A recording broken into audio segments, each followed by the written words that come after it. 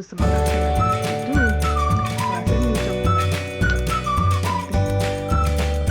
So if this is your first time of seeing my videos, and if you're not going to see so you can go to my channel and go to last day you see, please do the subscription button, subscribe to my YouTube channel, screen with the Gmail account,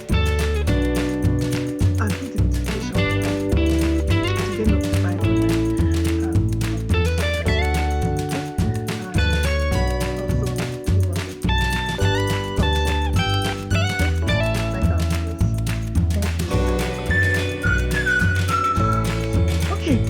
today I'm going to talk about Canada. I just came back. I came back from grocery shopping to this morning. I had to, when I dropped off my daughter, I went to the grocery shop to get some things. So I love okra. I try to introduce my daughter to African dishes like our soups, right? Okra, they told us that they told us okra. So this, I bought this for about $5. I don't know how they convert that. You should help me convert. So this okra is about $5, and that's about if you convert it, let me just use my calculator. See, calculators. So it's about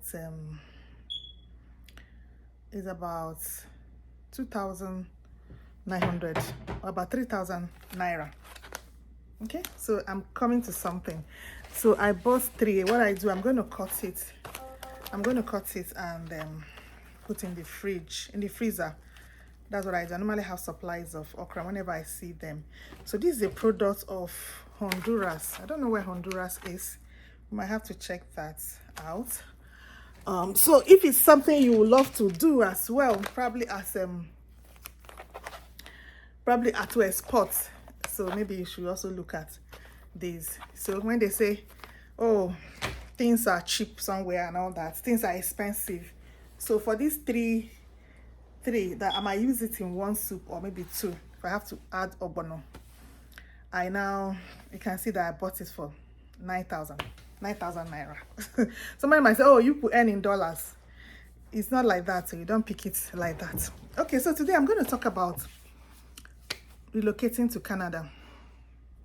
At least I've been here for close to 5 years now. Yeah, I've been here for about 5 years now. So I can talk about Canada a little bit. I've also lived in 2 provinces for over a year. At least I lived in a province for 3.5 years, the other one 1.5 years now. I've also visited several other provinces. I've been to Manitoba, I've been to Ontario, I've been to Vancouver. It's only the Atlantics I think I have not gone to.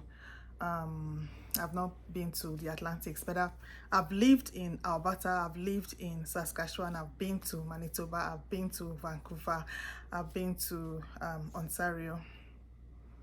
So basically Quebec and the Atlantics, I've not been there. But I also have friends and we'll talk and all that. Okay. Now, relocating to Canada. The Jackpot movement now. Today I'm going to talk about, I'm just going to be freestyling. I don't have any notes. It's something that I already have in mind.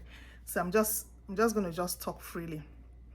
So there's from Nigeria where I'm from, there's this Jackpot craze now. Jackpot means to relocate. Everybody wants to leave the country, especially young people. It wasn't like that when we graduated from the university, right?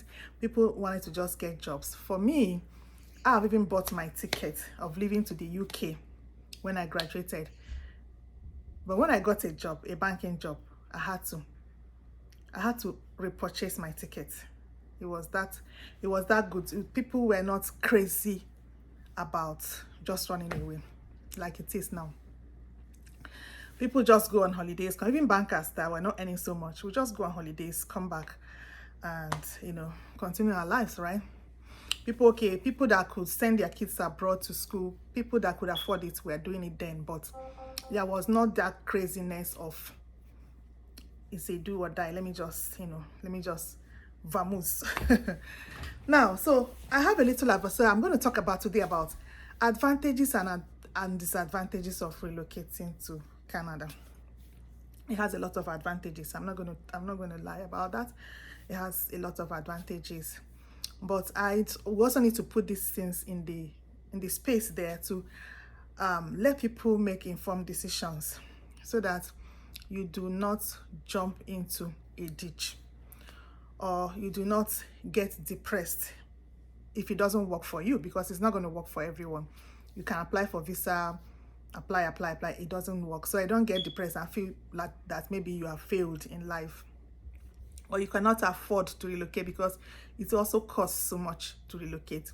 You can't afford to do that, so that you don't feel a type of way or feel you have lost out or something. Okay. Okay, so now these advantages, what are the advantages? It's an organized society.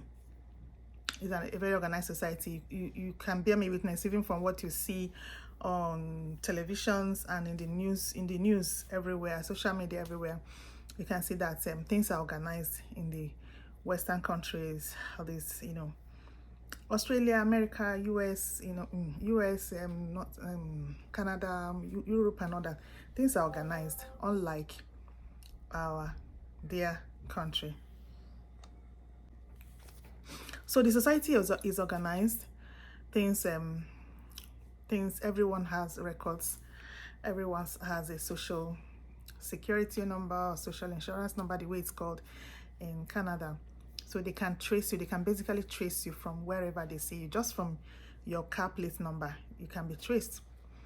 I remember the first time I got a ticket when I came. It was the police just snapped my car plate number, and by evening they were at my house to let me know my fines, like how I broke the traffic laws, so they don't need to flag you down or get your name or get your driver's license, just your car plate number, everything that details about you, whoever it is, the owner of that car, except you gave it to someone to drive, but they're going to trace who has that car and where they live. So once you change your address, anybody can be traced. It's very, very easy. So, and that makes it easy for a lot of things to go around, and benefits to go around. That also makes it easy to trace people that commit crimes. Okay,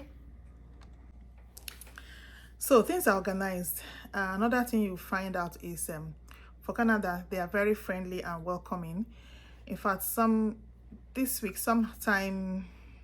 last weekend, I was in a setting where one woman, her job is just to receive immigrants, help them settle in, people, refugees, and all those people, people that she knows that she's in a better position. She's a Caucasian, she's white.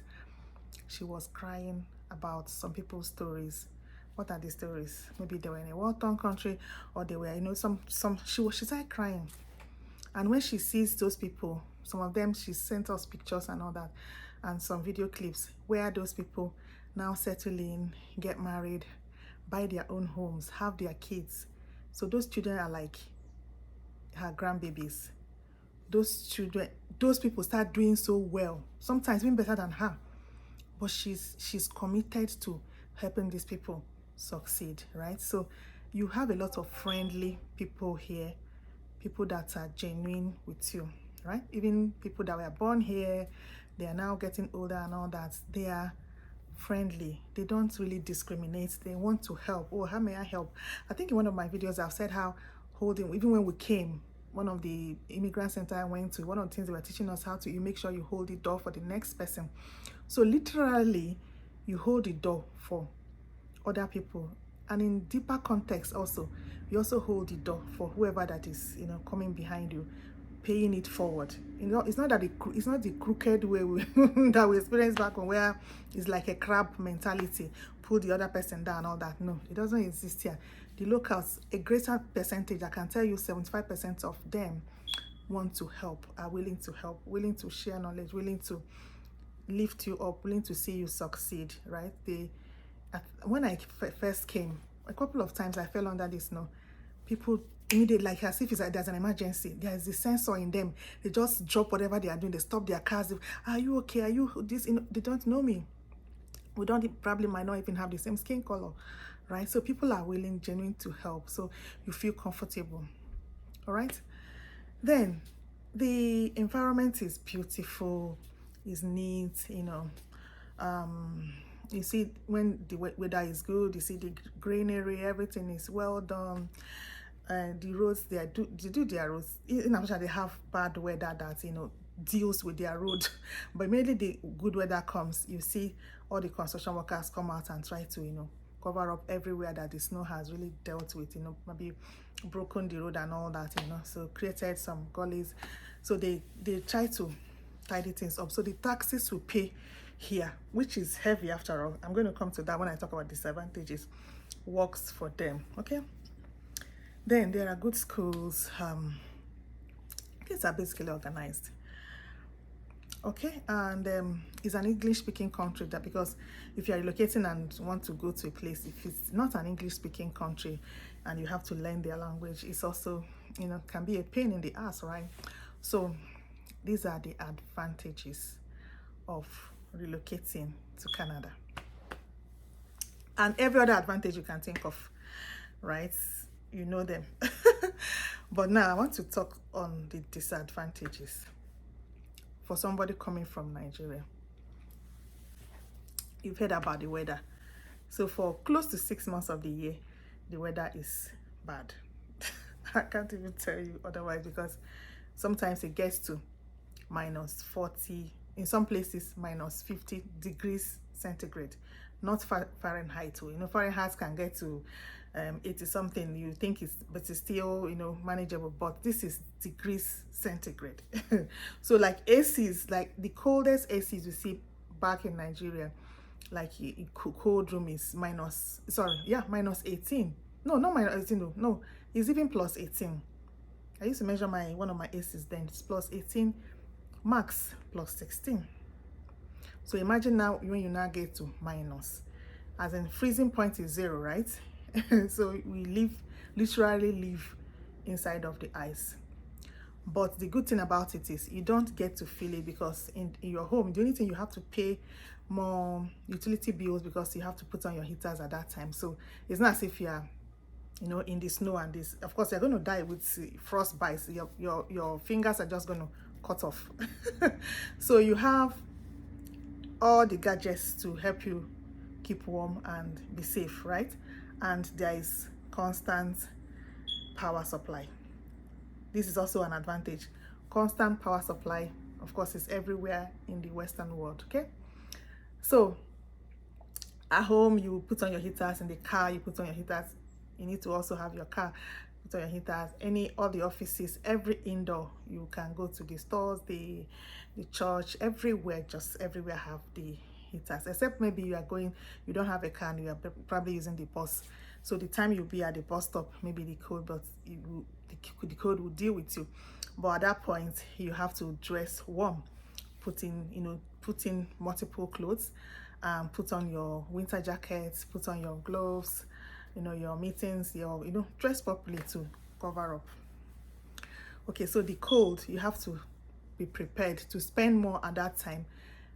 Spend more hours also getting ready. If you have little ones, you need to spend more time getting them ready, right? Because they might not know what they are doing. If you have really, really young ones that are maybe less than 5, they might just want to just go like that. But you are the one that make sure you cover them. They are well covered, so they don't get into trouble. Okay, so you need more time to dress them up at that time. So if you normally dress up within 1 hour to take them to school, you might need to add extra 30 minutes, so that, because you have to do all those kitting up and before you go out.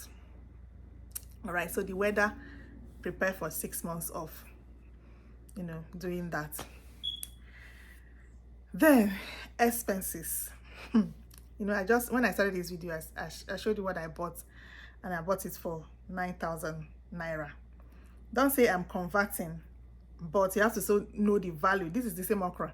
You have to also know the value of what you're consuming, right? Because when you're just coming, you're coming with, for the first 1 year, you might be spending money. you got from Nigeria, or you are still getting from Nigeria, because especially if you didn't relocate just fresh out of school, you might have been doing some business in Nigeria, or you have your job that you are doing in Nigeria. So somehow you have been spending money that is fresh out of Nigeria, or you're still getting money from Nigeria. For me, I didn't close down all my businesses when I was leaving, so I was still getting let's say repatriation. Now my staff was still sending me money and all that before, you know, I had to do some transitions and, you know, focus. Okay, so you are going to have that shock of what you normally probably buy for 20 naira in Nigeria, you are buying it for 200 naira here. I'm not gonna that is the pure truth. Sometimes in a year, you look at what you spent, you begin to wonder, where did all the money go?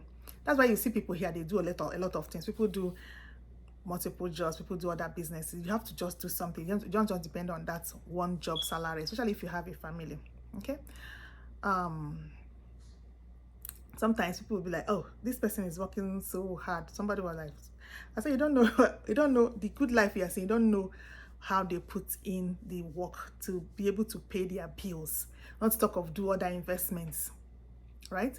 If you want to live comfortably, you have to pay, you have to spend this money. The house you are buying, you're paying property tax for it. I don't know if you pay property tax in Nigeria. Or serious property tax. You pay insurance, you must get insurance for it. Home insurance, you must get insurance for it, and all these monies are heavy, right? The bills you pay heavily. It's regular, but it's they give you regular service, but you pay heavily for it. A lot of things you pay for. Your car, you pay insurance, comprehensive insurance, not third party, comprehensive insurance that you pay every month, like you cough out some good money and pay, right? So when my car was also brand new in Nigeria, I wasn't paying so much for insurance. I did comprehensive, like, because I wanted to protect myself in case of any accident or all that and all that stuff. But you don't have to pay all these things you pay here. In fact, when I was this year, I think one of my videos I also did show the people where I went to pay one bill like that. You know, some crazy bills you pay, just it never ends. You pay this, pay that, pay. In fact, in some places, though we don't do that here, in some places they pay radio tax and all that, television tax and everything. Then you go to buy anything in the store, you pay sales tax. Thank God the province I'm in now, Alberta, we don't pay provincial sales tax. But when I was living in Saskatchewan, we pay GST, which is I think it's government sales tax, is the federal one. Then you pay provincial sales tax. So everything you buy that is not food or gas to fuel your car, like if you buy a shirt, if they tell you it's $10, you have to pay $10, then you pay tax on it. We don't do that in Nigeria. Nobody does that in Nigeria, right? So you find out that you are spending so much. You are spending so much. So if you're not, you need to prepare your mind. I'm not saying don't come, like I've told you all the advantages. You also know the advantages, but be ready, prepare your mind so that it doesn't come as a shock. Prepare your mind to make provisions for all these taxes, right? Multiple taxes, so that you don't get frustrated or you feel okay, you don't get disappointed or get stranded. Now probably it's very easy to go bankrupt. It's very easy to start looking for food in the food bank and all that. Some people you see that go to those places, it's not as if they were so poor in Nigeria, right? So you need to get your mindset ready and know how expectations that you have and make your budgeting. Okay, so I've talked about the bills, I've talked about the weather. Then another thing is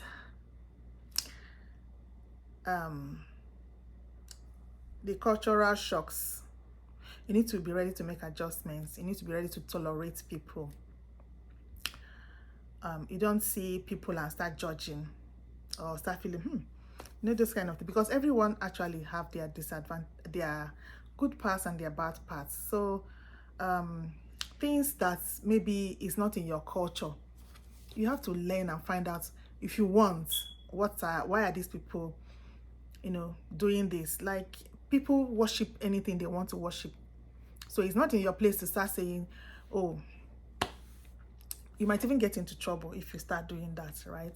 So, and you might find these people in your workspace. Maybe they're your colleagues, and people that share apartments. Maybe they're hostel neighbors and all that. So you have to be ready to, you know, tolerate others while you also practice, or, you know, practice your own religion or your own culture.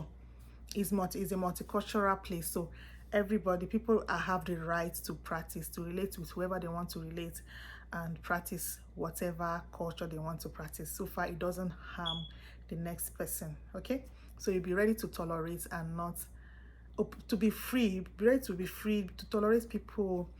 And if you, the best you can do is to learn about it if you want, and not feel some type of way staying close to such people. You just move away if you want to, if you can't. Okay, so then there are other shocks, cultural shocks. Some people have been places where maybe their children's age mates call them their names and all that. For me, I've not been exposed to that.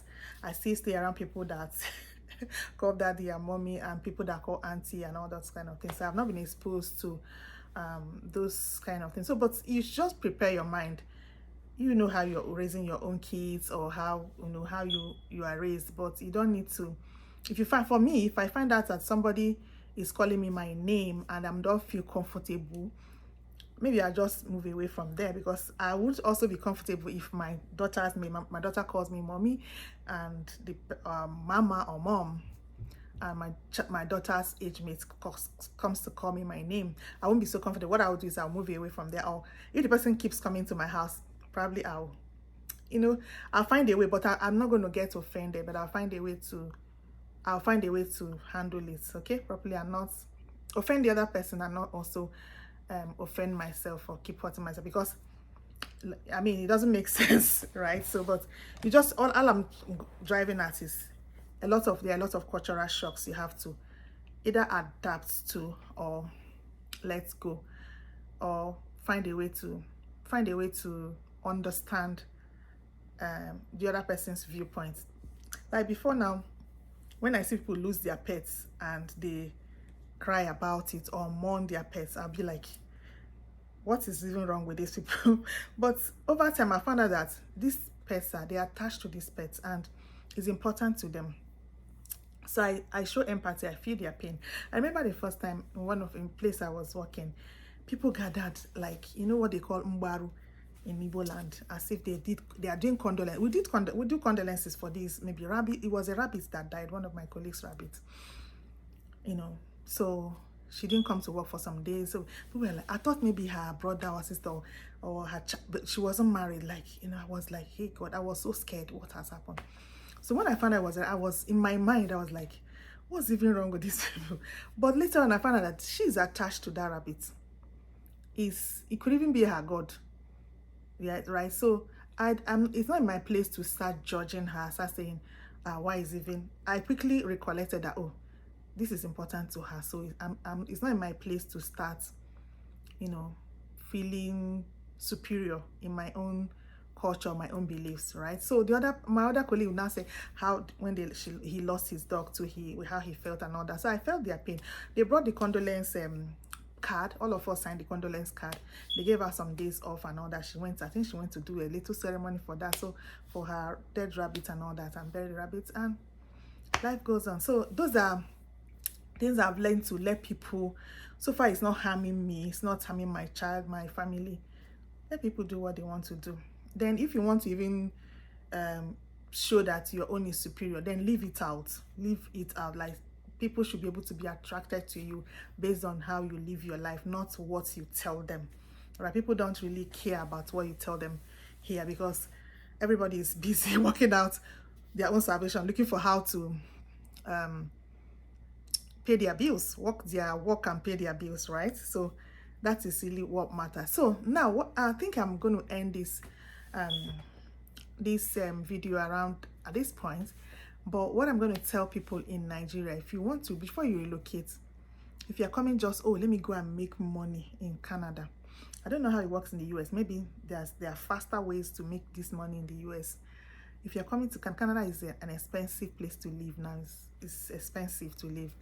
Oh, maybe you don't have money in Nigeria, and I say, okay, let me come to Canada and hammer wozu. You might be disappointed. So if you have a good job, a good business in Nigeria, you might just come and test the waters here and see. Don't just close down everything you have, sell your houses, maybe because maybe your preferred candidate did not win the election. You just get frustrated. You just want to jackpot, you just want to run away. If you have a sustainable business, a good business that is giving you good money, and if you know that you have prospects, you can grow in it, or you have tried this visas is not working out, look for something, even if it's farming, even if it's buying and selling, even if it's going to Turkey, Dubai, those places, buying and selling. Look for, there are so many things to do in Nigeria to make this money. I've just told you how much I bought this okra now. People sell, do amala. People do a lot of things and make so much money in Nigeria. So don't be looking at, oh, I must go this abroad, I must jand, I must, those kind of things. Then at some point, when you now hammer, when you make this money in Nigeria, the embassies will be the ones calling you to come and take visas. You just be, by that point, maybe be doing shakara for them, right? And maybe if you want to visit. If you want to now send your children to go to school abroad to get maybe proper, better education, you do that. So I see a lot of people come to me, I want to relocate, I'm feeling bad and all that. There are so many things. When I was in Nigeria, I think I was, for the first 2 years that I was here, if not that the business I did in Nigeria sustained me, maybe I would have been frustrated, leaving my daughter, going all about the place, looking for any kind of job and all that. But I was able to comfortably get my house within 6 months that I came here, do a lot of things comfortable because I had a good business I was doing in Nigeria. So it's when people complain about Nigeria, is it not that same Nigeria I came out from? There are so many things to be done. So a lot of my friends are doing big businesses. They don't even want to relocate.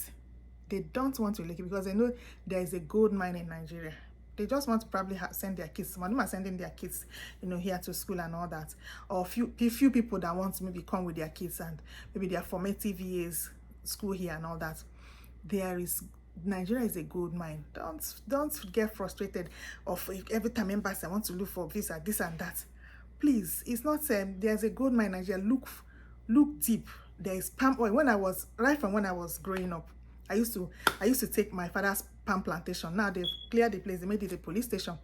I used to take that palm plantation, do palm oil, get everything. Like I was always looking for money because I knew money would give me comfort. So I don't know why people will be complaining, hey, Nigeria is bad. That same Nigeria give you more money than here. If you come here, you spend at least 2 years before you start saying you are seeing money safe. I'm telling you the way it is, because you have to do some certifications, those kind of, a lot of things you need to do, especially if you don't have anybody here at all. Like when I came, I didn't know anybody. It was just me, right? So, and who do you even want to go and meet? Except you have people, maybe your siblings are here, or, people, or uncles and aunties that will even accommodate you for the first few, or probably you coming with so much money. So if you're just coming, let me go and try my luck. The first 2 years, don't be frustrated, okay? So look for, I'm here to encourage people. There's advantage, there's also disadvantages. Then if you're out just to come and hammer, you might need to rethink it. Look for something to do in Nigeria. Hammer the hammer. Then come to abroad. Come to this West like a boss. When you are spending money, people that are living here will be wondering, where did you get all the money from? I remember when people used to go to UK and the US. Some of my customers those days in the bank, they'll be like, one of my customers will be like, when he goes to America and spending $10,000, that all those people living in America will be looking at him, where did he get the money from? He'll be like, oh, all these people, what is wrong with you people? Because those traders in Alaba then, they come, $10,000 is nothing to them, $20,000 is nothing to them. Those days, I don't know how it is now. They spend the money, they go, right? So there is money in Nigeria. People are doing real estate, people are doing things. put your eye down. And because when you get frustrated, this abroad is not working, this abroad is not working, that's when you don't look around you and see what is happening. Look around you and see what is happening. You're going to see that money.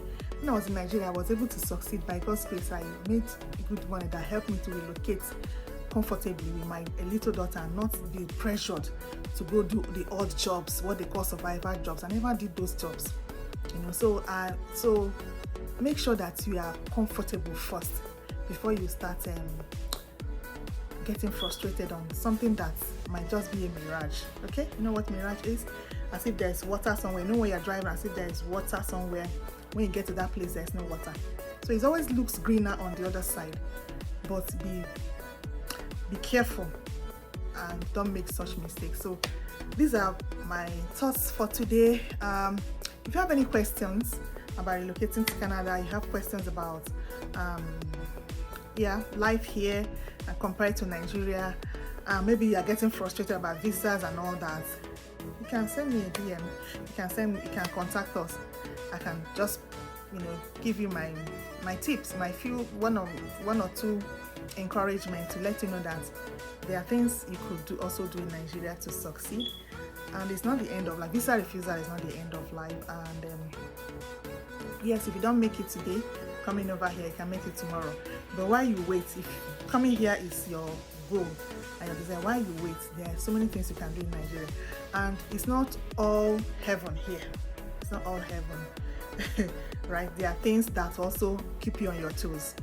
Yeah, just like when you sleep, the power that we have when you sleep, when you go to bed, you sleep sound, you have a sound sleep. But sometimes you're also thinking about the bills you have to pay. All right, so please, if you like my video so far, you watched to this point and you like my video, please subscribe to this YouTube channel. Give us a thumbs up, like our videos, and hit the notification bell to see when I drop other videos. All right, thank you for watching and have yourself a great one. Bye.